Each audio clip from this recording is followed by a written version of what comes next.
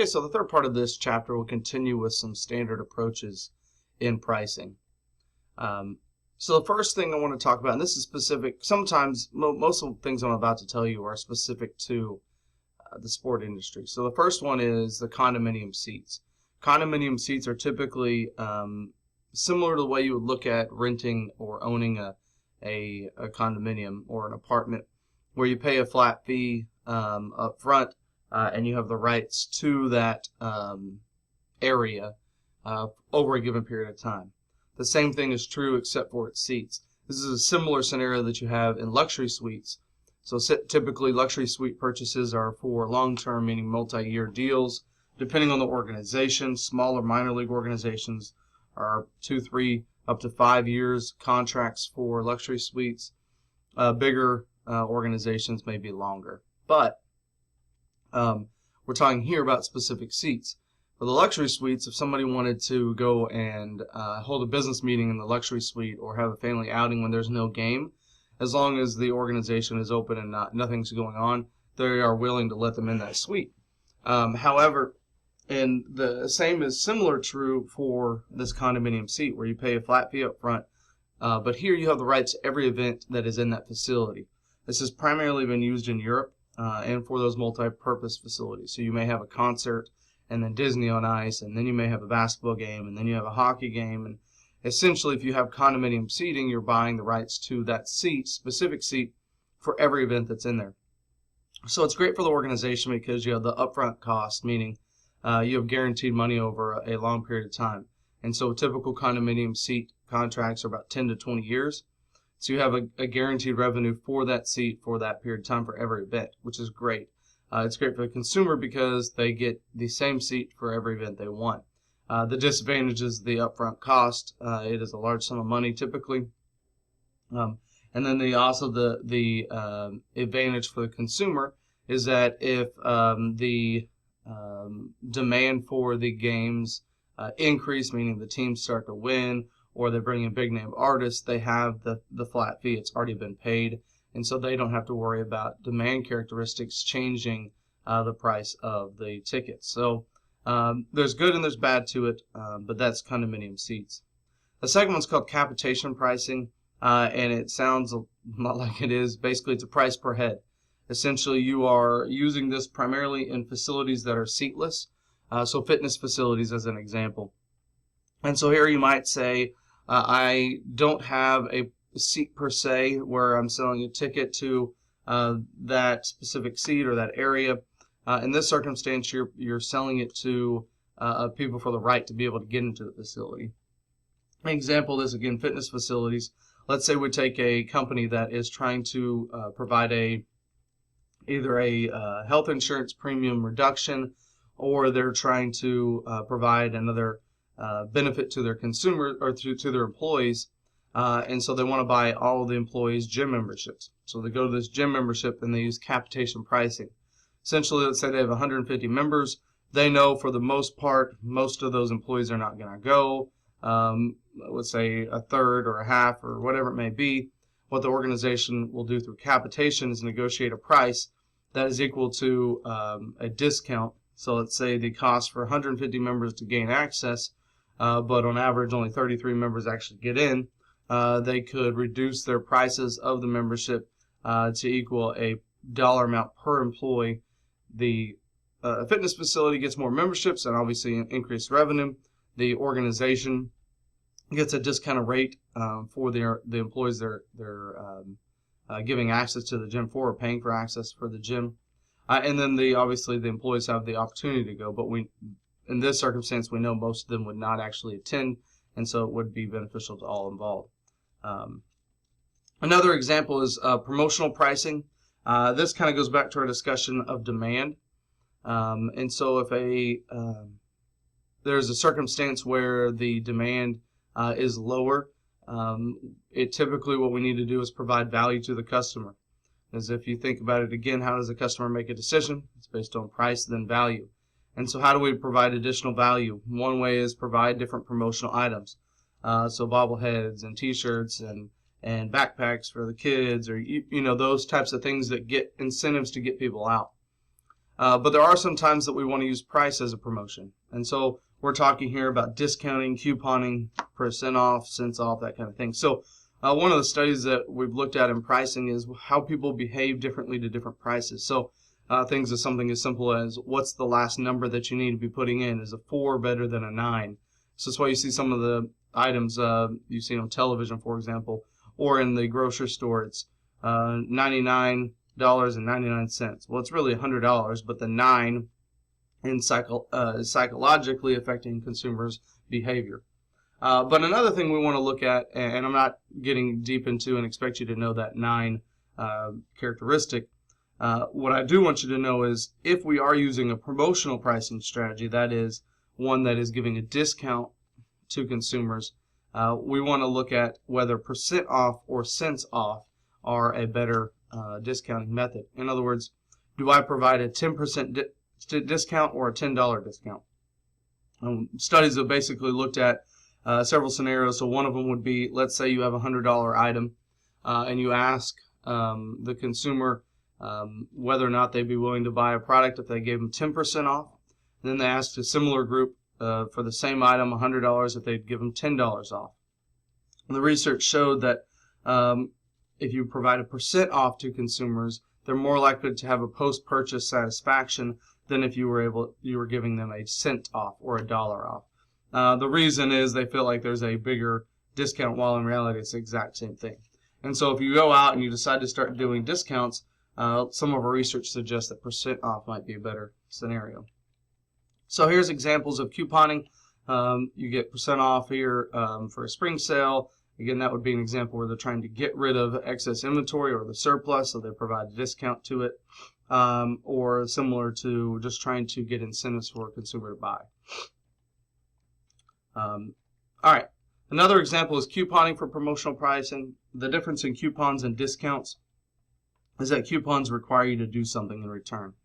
Most of the time it's simply bring the coupon with you. As you can see, if it's a coupon, then it's usually a barcode on it or some sort of code. In this circumstance, you can see they used $1 off, but they also used a code that's listed there with different items, so or limitations.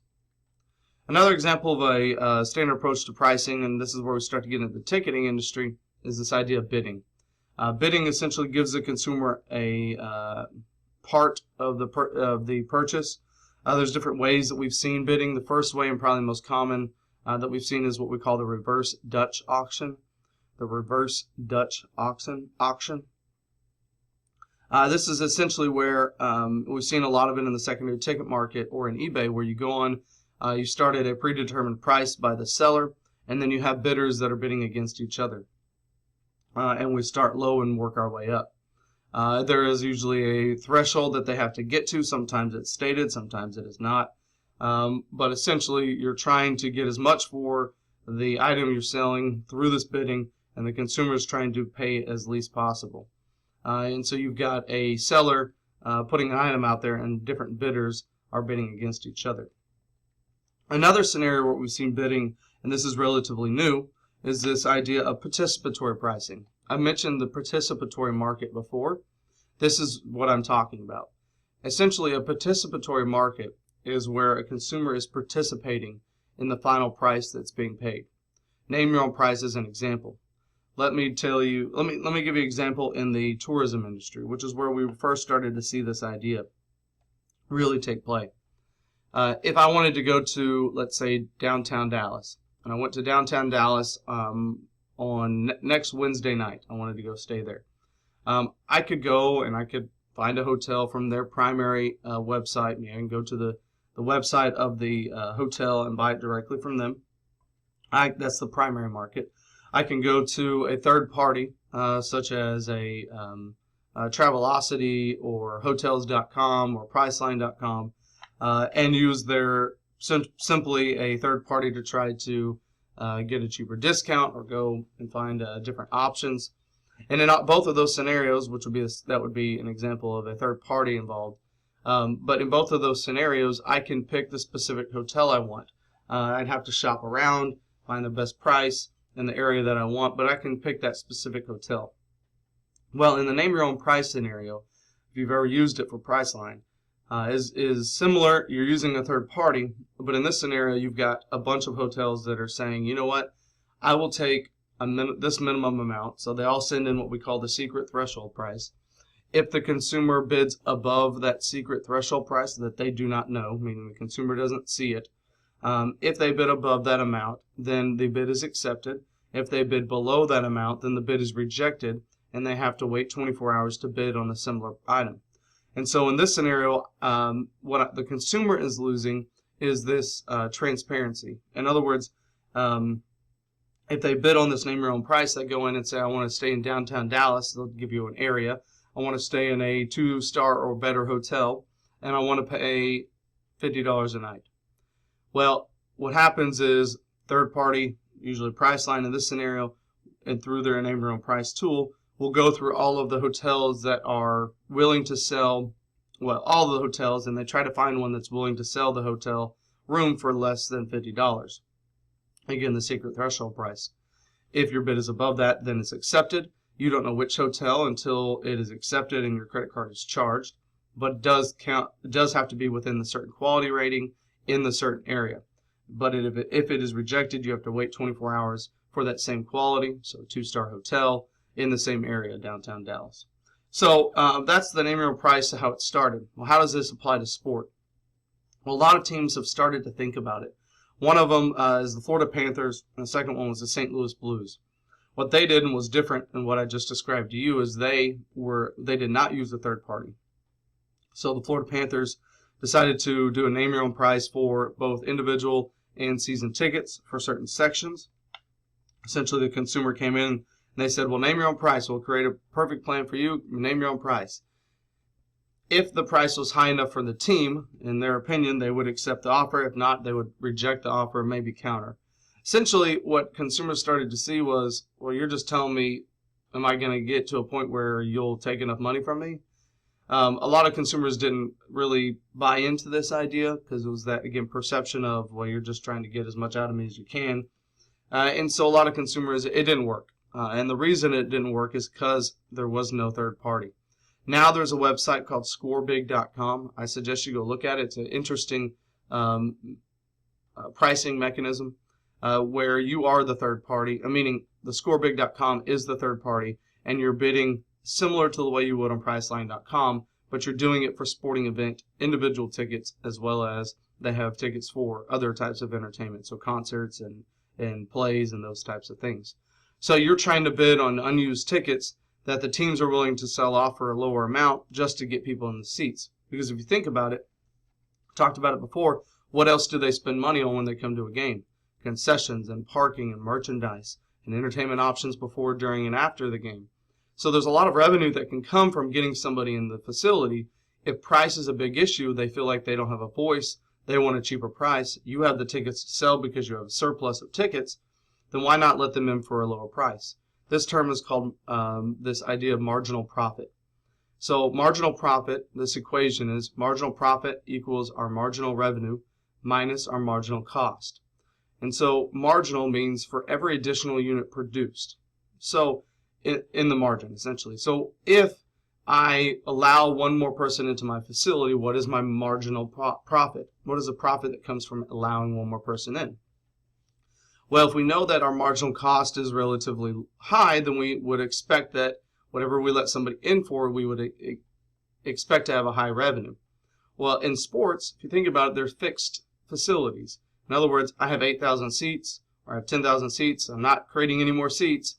I either use it or I lose it. It's similar to the hotel idea. If nobody stays in the hotel room, it's still there. It's not like I'm producing a new seat every game. That game is I either sell the seat or I don't. So my marginal cost for allowing one more person into the facility is relatively low. And some people argue it's close to zero to an extent. And so if I have 9,000 people come to the game and I let one more person in for free and that's 9,001, that person's going to spend money on other items. Now, of course, if I allow a bunch of people to come in for free, then I've got problems. But the whole point is, if my marginal revenue, which is my additional amount I make off of that person coming in, exceeds the marginal cost, then I have a positive marginal profit, and there would be really no reason not to let them in unless you're trying to maintain a prestige type item with your ticket. And so name your price gives you that ability to essentially let somebody in for a cheaper price. We know through research that they're willing to have a higher perception of price fairness, and therefore are more willing to buy in the future when there's a full price. A similar scenario, so in name your price, you're giving up some control of the consumer. In other words, the third party has the right to reject any bid that's too low. Well, there's another scenario called pay what you want. It's still participatory pricing, but in this scenario, the firm gives up all control to the consumer. Take this scenario. Panera Bread has done this, where they said, and I think it was about 5 stores across the country, you could walk in and order your food. You pay for your drinks, but your food, at the end, you walk out and you tell the manager or the cashier, they say, pay what you want. Essentially, here's how much it normally costs, but how much would you like to pay? And looking at this idea, the theory of social relationships, we know that a lot of people will pay less, which is the whole point. It's a promotional item, bidding type of atmosphere. But we know that very few people will pay nothing at all.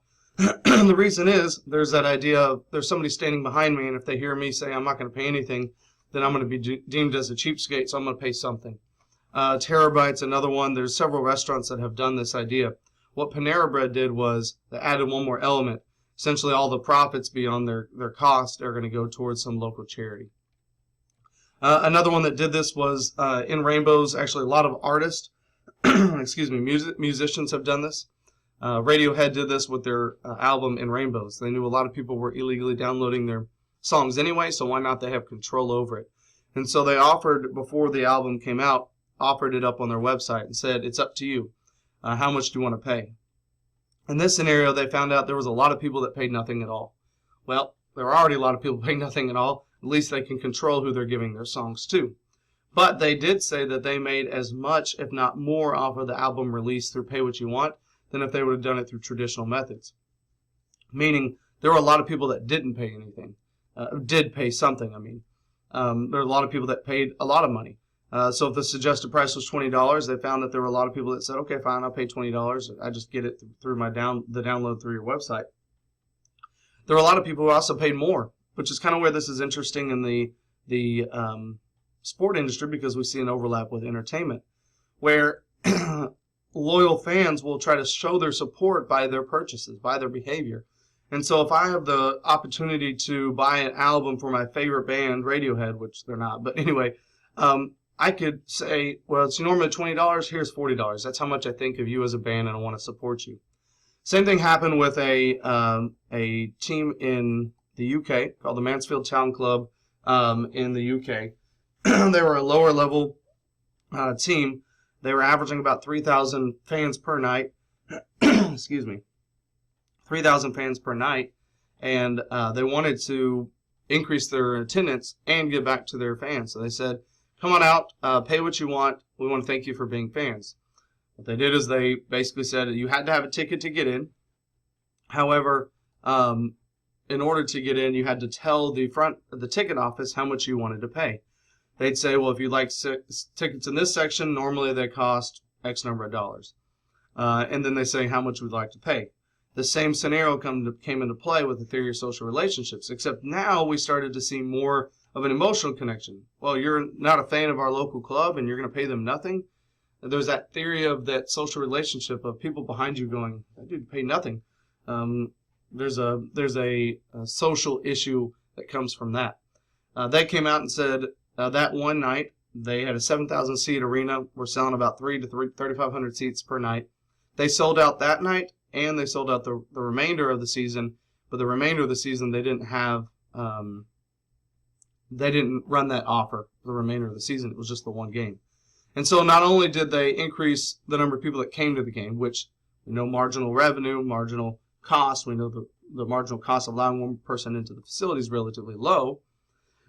And we know that we got them into the facility for maybe less than what they normally, but we got them in there to spend money on other things. We also got people exposed to our brand. And they said, you know what, a lot of people paid something. Not everybody paid something, but most people did. And a lot of people paid more. They said they made more off of that promotion in one night than they would if they would have kept it with the traditional pricing method. And it increased purchases in the future. So there's a lot of research in this participatory pricing market. Another couple, the first one is what the market will bear. This is a standard approach. A lot of people use this. It's really common because all you really need is sales forecast. The problem is if you're looking at this, you're really just basing it on your experiences, what you've done in the past. And we know that past does not always repeat itself. We can learn things from the past, but we also have to look into the future. A target return is basically looking at your return on your investment, an ROI. Essentially, you're going to price based on what you want. It's similar to the cost plus or the markup pricing. Usually markup would be closer to this because we're usually using a percent on ROI. But if we know that we're going to sell out, they can price their tickets to make sure that they reach an ROI that's pre-established. The last two things I want to talk about are really popular in the industry right now. First one is variable pricing, where you're essentially pricing the tickets based on demand. So you've got a ticket for a game on a Wednesday night against the worst team in the league in the middle of the summer, and you're outside. There's going to be lower demand for that than a Friday or Saturday night game against the league leader, and you're competing for a championship in a season outside where it's comfortable, like the fall.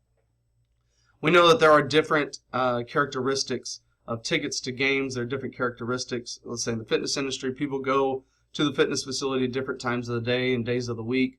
And so we know there's higher demands for certain times. So if I change prices based on these demand characteristics at the beginning of the season, then I'm using variable pricing.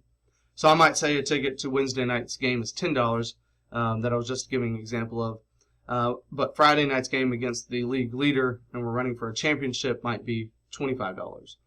People are willing to pay more. And so we know that through our research in variable ticket pricing that there are certain circumstances that increase demand. Quality of the opponent, the day of the week, the month of the year, any special events, so such as opening day, Memorial Day, Labor Day, Independence Day, those types of things. We take it one step further. The difference between variable ticket pricing and dynamic ticket pricing is that variable ticket pricing is set at the beginning of the season and does not change throughout the season. So I might set a game later in the year against a team that's supposed to be really good on a Friday night, and we come to find out both we and that team are not very good. The demand characteristics are going to change over time. But in variable pricing, we essentially then have to we can't ever raise the prices for games that may be higher, but we can lower the prices through promotional. Well, we know that there are some promotional pricing issues with viewpoints or images of price, and so there are some issues there. Well, what if we could change price minute by minute and day by day? This is called dynamic pricing, and the word dynamic means it ever changing. And so as we know a certain pitcher may be coming in, or we know our star player got hurt, or their star player is not starting that game, and a lot of people want to see them play, so demand characteristics might change day of or the day before. We have, through dynamic pricing, algorithms that are set up so that prices will change automatically based on certain characteristics that they see in the data. Primarily today this is only used in baseball. However, we do see it starting to be used in college football as well as NBA and somewhat in preseason variable pricing, and considerations for dynamic pricing are being used in the NFL.